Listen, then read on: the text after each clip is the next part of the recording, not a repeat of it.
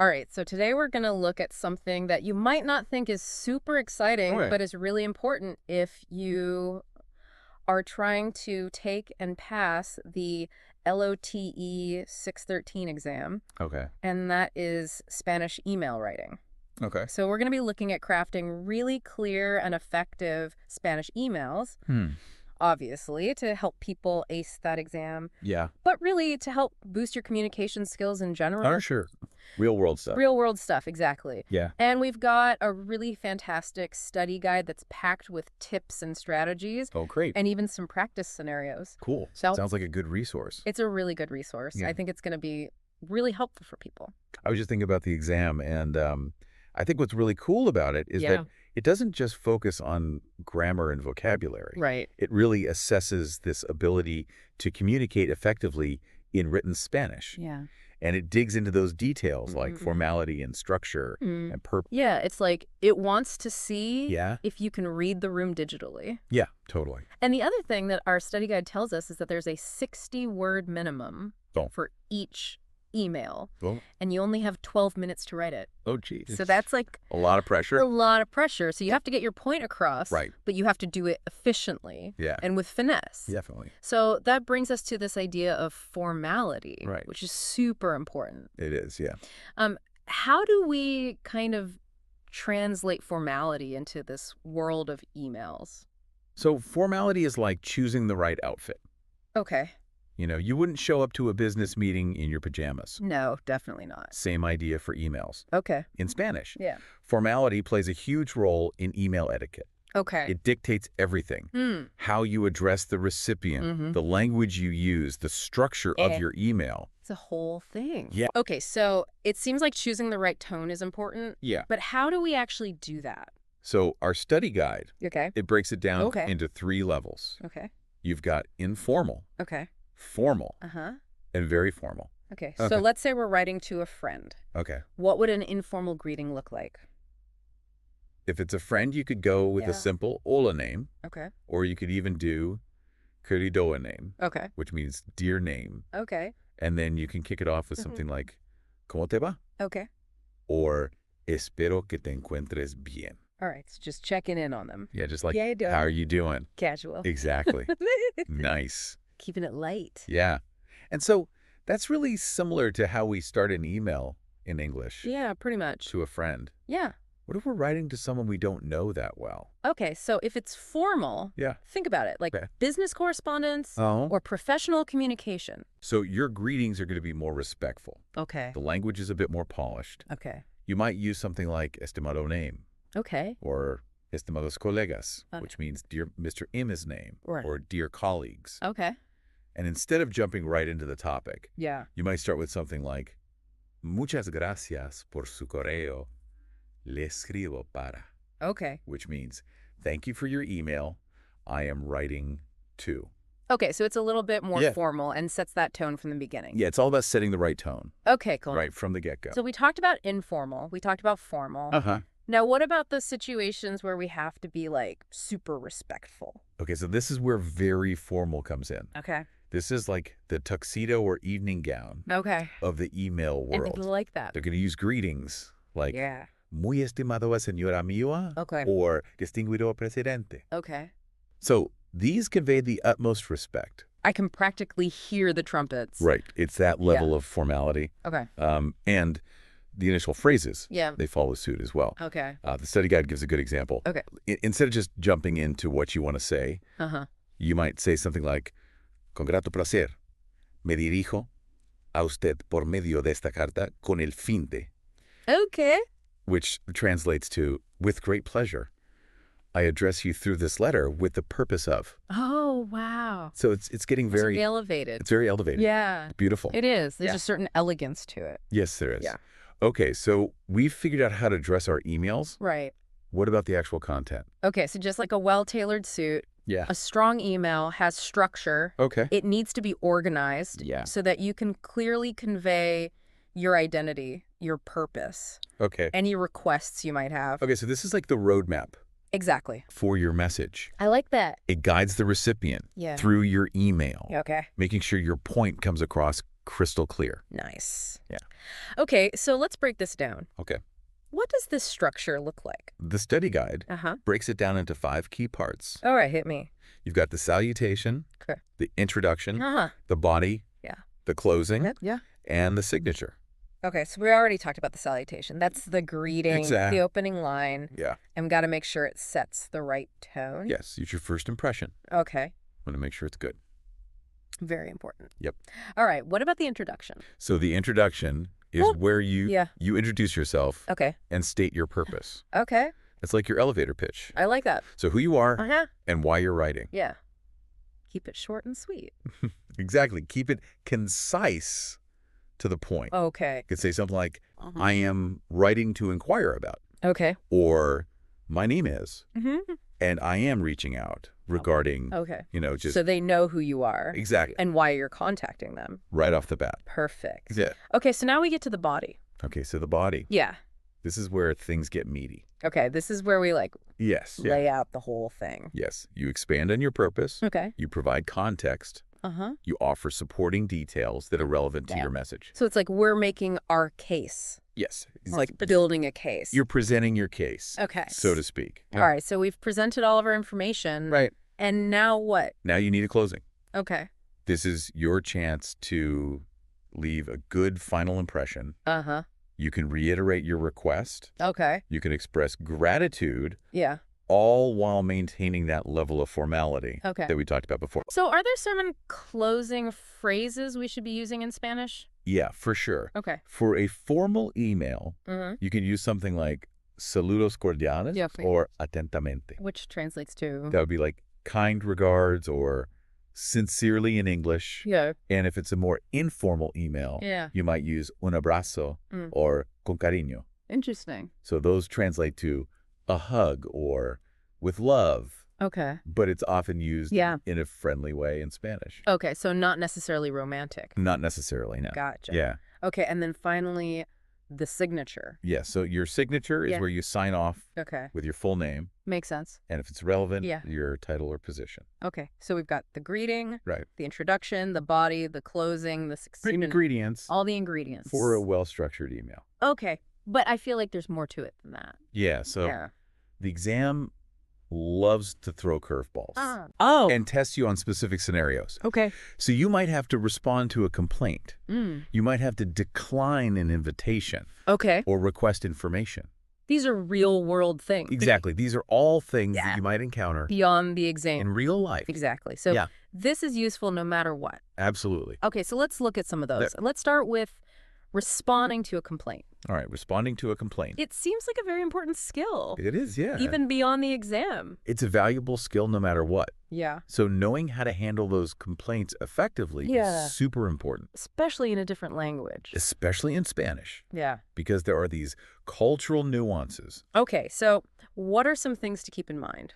When you're responding to a complaint in Spanish, Yes. you need to find this balance Okay. between formality and empathy. Mm. You want to acknowledge the complaint. Mm-hmm. You want to show you're taking it seriously, Yeah. but you don't want to sound overly apologetic or Okay. defensive. So it's tricky. It's a balancing Yeah. act. Yeah. Yeah, and the language you use is super important. Okay. So instead of just saying, lo siento, Mhm.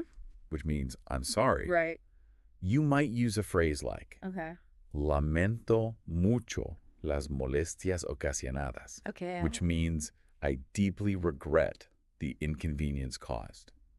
Okay, so it's a little You're more... more in depth. Yeah, it shows understanding and professionalism. Okay. So you're acknowledging the problem, Yeah. but you're also... Not just saying I'm sorry. Right, you're going a step further. Okay. Yeah. And you also need to explain Okay. how you've addressed the issue.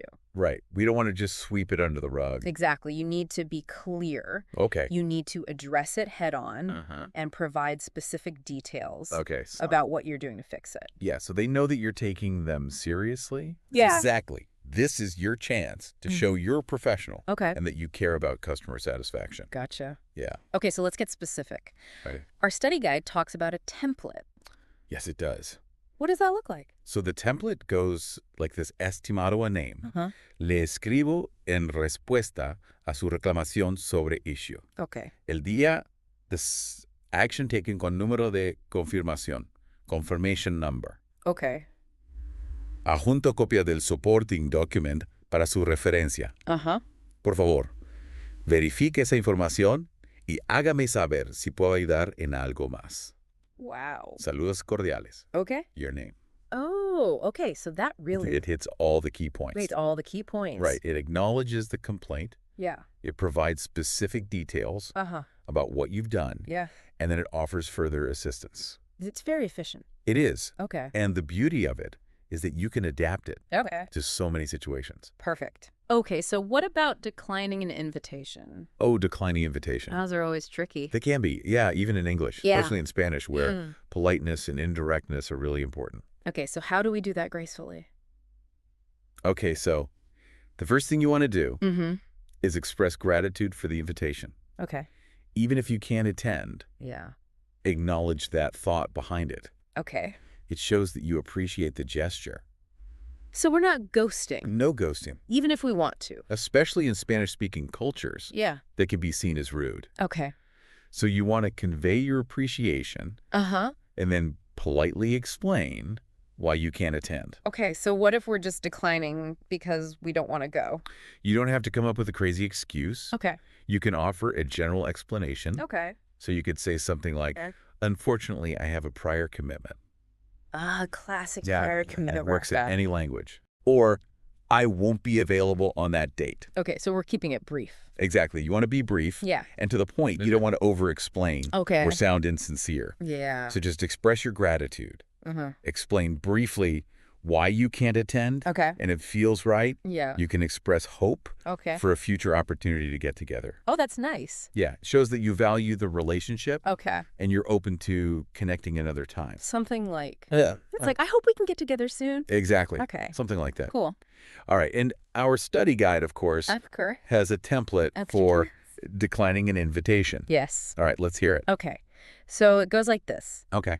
Estimado Anim, Okay. muchas gracias por invitarme a event. Okay. Lamentablemente, no podré asistir debido a risa. Uh-huh. Espero tener la oportunidad de acompañarlo en otra ocasión. Okay. Atentamente. Your name. So much meaning, I know, right? packed into a few lines. Yeah, it's all about choosing those right words and phrases. Okay. Yeah. So we've looked at responding to a complaint. We've looked at declining an invitation. Yeah. What's that final scenario? Okay. The last one is Yeah. requesting information. Okay. This comes up all the time in the exam and in real life. For sure. Whether you're inquiring about a product or a service, Yeah. or you just need some clarification on something. Right. Knowing how to request information Yeah. effectively is key. Okay, so what are the key ingredients for a successful information request? All right, so first and foremost, Yeah. clarity is paramount. Okay. You need to state what information you're looking for Uh-huh. very clearly. No beating around the bush. No beating around the bush. We're getting straight to it. Exactly. Okay. But remember, clarity Yeah. doesn't mean you have to be blunt. Right. You can still be polite and respectful Gotcha. while being direct. All right, so we state our request clearly. Yes. Okay. You also want to include All right. any specific preferences or requirements Okay. you might have. Can you give me an example? Yeah, for sure. Okay. If you're requesting info about a product, Mm-hmm. you might say Yeah. the size, you want the Right. color, Right. the features. Yeah. Just Be specific. be specific. Yeah, okay. The more specific you are, the more likely you are to Okay. get the information you need. Gotcha. Yeah. Okay, and then what about, And then lastly, yeah, don't forget to politely request a prompt response. so that they don't leave you hanging? Exactly. Okay. You don't want to be left wondering Right. if they got your email or not. Is there a phrase that we can use for that? Yeah, you could say, Okay. espero a su pronta respuesta. Okay. Or agradecería una respuesta a la brevedad posible. Perfect. Yeah. Okay, so we've got our request. I've got our preferences. Yep. And then we've requested a response. And a prompt response Yeah. at that. Does our study guide have a template for this one? You know, it does. I had a feeling. It does. Okay. So this one is, Let's hear it. estimado name, Uh-huh. le escribo para solicitar información sobre topic. Okay. Estoy buscando specific details y me gustaría saber specific information requested. Uh-huh. Agradecería una respuesta a la brevedad posible. Okay. Saludos cordiales. Uh-huh. Your name. Mm-hmm. It's like, There you go. it's simple but effective. It is. Yeah, you've got that clear framework, Uh-huh. but you can personalize it. Perfect. Yeah. Okay, so we've covered a lot of ground already. We have. But remember, Yeah. this is all about acing the LOTE 613 exam. That's right. So how does practice fit into all of this? Practice is key. Okay. Think about it, like training for a marathon. Mm. You wouldn't show up on race day without putting in the miles. My legs are already cramping. Right. Yeah. You got to put in the work. Yeah.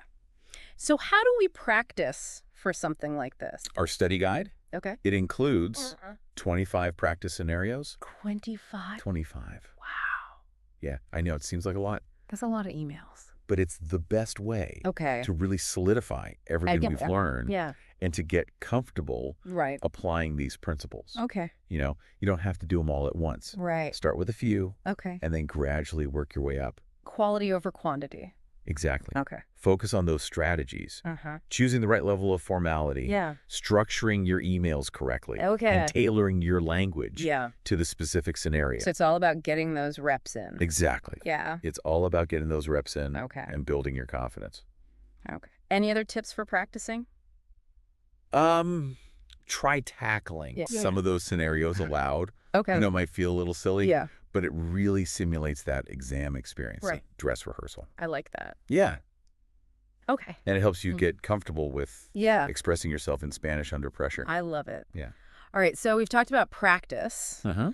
What about leveling up our email game even further? Okay, so Like, how do we get those top marks on the LOTE 613? the study guide actually gives you a peek Okay. into the scoring rubric. Ooh, I like this. Yeah. Insider information. Yeah, it highlights what examiners are looking for Okay, tell me, Evan. in a high-scoring email. Yeah. So they're looking for clear, Okay. well-organized emails Uh-huh. that directly address the task at hand. Okay. Grammar, of course, is super important. Right. They're looking for grammatically correct sentences with minimal errors Okay. and vocabulary. Yeah. Your vocabulary needs to be on point. Okay. It needs to be varied, Yeah. it needs to be accurate, Okay. and it needs to be appropriate for the context. So no slang Exactly. if we're writing a formal email. No slang if it's a formal email. Gotcha. Yeah, it all comes down to But showing that you've mastered Yeah. the nuances of Right. Spanish email writing. So I think it would be really helpful to look at some examples Okay, let's do it. of what examiners consider high, medium, and low-scoring emails. Perfect. So let's start with an example of a high-scoring email. All right, so let's imagine the scenario is you're responding to a rental agency Okay. about your apartment search. Okay. The study guide gives this example. Okay. Estimada Sofía Acosta, gracias por su correo. Okay. Estoy buscando un apartamento de 2 habitaciones y un baño cerca del transporte público y en una zona tranquila. Mi presupuesto máximo es de $1,200 al mes y planeo mudarme a finales de septiembre. Okay. Estoy disponible para concertar una cita el lunes por la tarde o el miércoles por la mañana. Por favor, hágamelo saber si alguno de estos horarios funciona para usted. Okay. Atentamente, Alfonso Olivares. Okay, so that was very Efficient. very clear. It's clear Very concise. and concise. I can see why it would score highly. It addresses all the points in the email. Yeah. The writer clearly states their needs. 2 bedrooms, 1 bathroom. Yeah. Near public transport in a quiet area. Uh-huh. They specify their budget, Yeah. their preferred move-in date, Perfect. and there's no room for ambiguity. I like it. Yeah. And the language Uh-huh. is impeccable. Yeah, it's formal. It's formal, But not too stiff. but not too stiff. Yeah. They use appropriate greetings, Yeah. closings, All right. and the tone is polite and professional. Perfect. Yeah. Okay, so that's a great example that Yeah. keep in mind. Definitely. Now, what does a medium scoring email look like? Okay, so here's an example. Okay. Estimada Sofía Acosta, Uh-huh. gracias por su mensaje. Okay. Necesito un apartamento con 2 cuartos, un baño y que sea cerca del metro. Okay. Mi presupuesto es $1,100 al mes y quiero mudarme en octubre. Estoy disponible para una cita el lunes o miércoles por la tarde. Okay. Saludos, Alfonso Olivares. Okay, I can already see a difference. Yeah, feels a little rushed. It does feel a little rushed. Right. Yeah. It's missing some of that detail and clarity. Yeah. For example, it just says, cerca del metro. Ah. Welcome back to our deep dive into the OLT 613 email section. Okay, so, yeah, we covered a lot in that last part. We did. But before we move on, Yeah. I want to talk about something that I think a lot of people might get tripped up on, Oh, yeah. and that's the time constraint. The time constraints. You only have 12 minutes. I know. It's tough to write these emails. 12 minutes seems like a lot Yeah. when you're just casually writing an email. When you're in an exam. Yeah, when you're in an exam. And you've got all this pressure. Yeah, and you have to think about all these nuances. Yeah. It can feel like a ticking time bomb. It really can. Yeah. So do you have any advice on how to... The study guide really emphasizes the importance of planning. Okay. And I think that those first 2 minutes of planning time can make or break your whole email. So we shouldn't just dive in and start writing. Yeah. Take a deep breath. And? Read that prompt carefully. Yeah. And jot down a quick outline. Okay. Just to so we can organize our thoughts. organize your thoughts. Yeah. Identify the key points that you need to address. Uh-huh. Think about the level of formality that's required. And just the overall tone you want to convey. So it's like creating a roadmap. It's like a roadmap. For our email. Exactly. Well, I like that. You've got a clear path to follow. Okay. You're not just wandering aimlessly. Right. Yeah. And it helps you stay focused. Yeah. Make sure you don't miss any important details. Yeah. And it also helps you manage your time more effectively. Because we're not wasting time. Exactly. You're not wasting those precious minutes trying to figure out what to say. I like it. Yeah. Okay, so speaking of efficiency, let's talk about vocabulary. Vocabulary. Super important for this exam. It's your secret weapon. Okay. It allows you to express yourself clearly, concisely, and with a little bit of sophistication. So it's like having the right tool. Exactly. It's like having a well-stocked toolbox. Okay. You've got the right tool. I like that. For the job.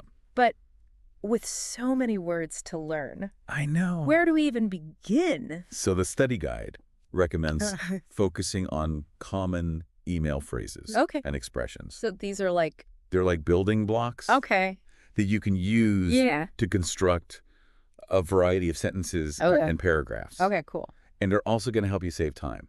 Because we don't have a lot of time. You don't have a lot of time. Yeah. So you don't want to be fumbling for the right words. Yeah. Okay, so can you give me some examples? Yeah, for sure. Okay. Instead of just constantly repeating, I want to chew, try using phrases like, I am interested in, I would like to, or I am seeking information about. Oh, so we're adding a little flavor to our writing. Okay, a little flavor. Yeah. Okay. Yeah, and the same goes for closings. You know, branch out beyond just sincerely. You can use best regards, warm wishes, with gratitude. Okay. Little things like that. Nice. Yeah. Okay, and then what about... Don't forget about those transitional words and phrases. Yeah.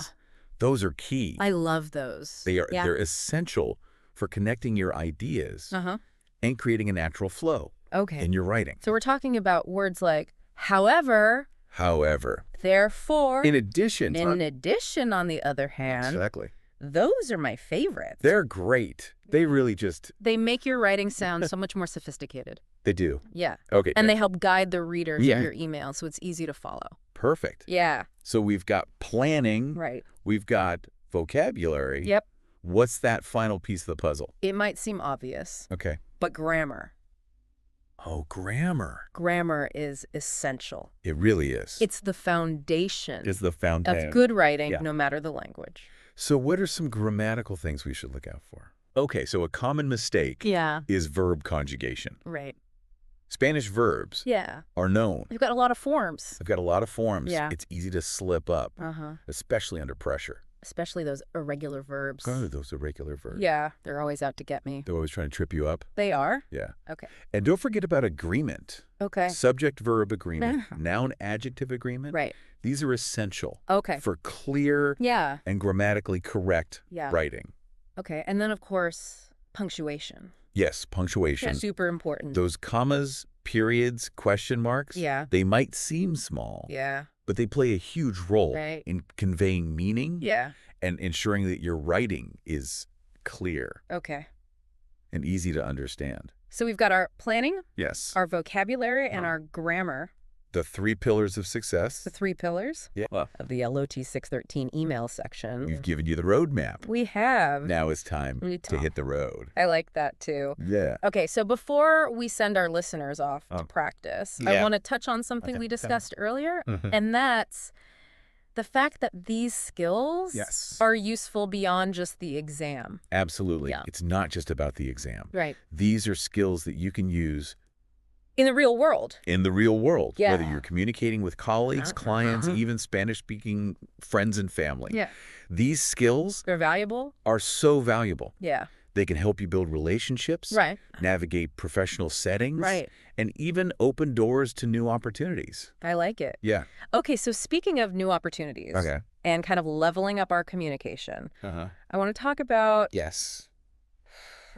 persuasion. Persuasion. I think that plays a really important role in email writing. Persuasion is fascinating. It is. Yeah, it's all about influencing the recipient to do something. So are we like master manipulators? Not quite. Okay. But you are trying to influence them to respond to a request or to take action or to see things from your perspective. Okay. It can be super useful both on the exam and in everyday life. So how do we persuade people without being pushy? That's the key, right? Yeah. You don't want to be pushy. Right. You don't want to be manipulative. So how do we do it? So the study guide delves into some strategies for writing those persuasive emails. And one of the key strategies is appealing to logic and reason. Okay. So this involves presenting clear, well-supported arguments. Okay, so it's like we're building a case. Exactly. You're building a case. Like a lawyer. Like a lawyer in court. I like that. You're trying to convince them that your request is reasonable. Right. And that taking action is in their best interest. Okay, so how do we do that? So the study guide suggests using phrases like, based on the evidence. Okay. As you can see from the attached report. Or, the data clearly shows that. So we're backing up our claims. Exactly. You're backing up your claims with evidence. But I feel like persuasion is more than just logic. It is. Right. It is. It's more about emotion. It's also about connecting with them on an emotional level. Okay. So how do we do that? So you can do that by emphasizing shared values or goals. Okay. You're highlighting that common ground. So we're like on the same team. Exactly. You're on the same team. Yeah. We're working together towards a common goal. Gotcha. Yeah. So you could say something like, we both share a commitment to providing excellent customer service. Okay. Or, I believe we can both agree that this project is crucial for the company's success. So we're building that connection. You're building a connection. Yeah. You're finding that common ground. I like it. Yeah. Okay, so... And when it's done subtly and sincerely, it can be really powerful. Okay. Yeah. We've got the logic. We've got the emotion. Yeah. What else can we do? Another thing you can do is anticipate objections. Oh, okay. Put yourself in their shoes. Okay. Think about what their concerns might be and address those head on. So we're like disarming them before they can even object. Yeah, you're anticipating those objections. I love that. And addressing them up front. So we're not just trying to get them to do something. We're really trying to find a solution. You're trying to find a solution that works for everyone. And that can really help build trust and credibility. Which are important for persuasion. Super important. Yeah, okay. So I think... So we've talked about... We've covered a lot. Logic. Yes. Emotion. And anticipating objections. Okay, and all of this is about... All of this is about persuasion. Persuasion. Yeah, it's a powerful tool. Yeah. And remember, it takes practice. Like everything. Like everything else we've talked about. Right. The more you practice, the more confident you'll become. Okay. Yeah. So we've talked about time management. Yes. We've talked about vocabulary. We've talked about grammar. Right. And now we've even talked about persuasion. We've given you a powerful toolbox. We have. For crafting effective emails. But before we move on to that last section, I want to leave our listeners with something to think about. All right. We've talked a lot about the technical aspects of writing emails. Yeah. The rules. The rules, sure. The strategies. Right. But I think something that is equally important, if not more important, I agree. Authenticity. Authenticity. Yeah. So it's easy to get caught up in the mechanics of it all. Yeah. But the most effective emails are the ones that feel genuine and heartfelt. So it's about letting our personality... Exactly. Let your personality shine through and connect with the recipient. Like we're a real person. On a human level. Yes. Yeah. So as you're practicing, don't be afraid to let your voice come through. Yeah.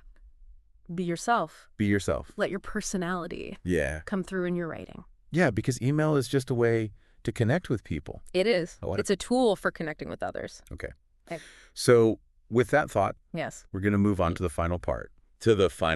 Of our deep dive. Sounds good. Welcome back to our deep dive. And this is the final part. The final part. Of our look at acing the LOTE 613 email section. It's been quite a journey. It has been. Yeah. We've talked about formality, structure, persuasive strategies. All the essentials. All those things. Yeah. But I think there's one more layer. Oh, yeah. That we absolutely have to look at. Okay, what's that?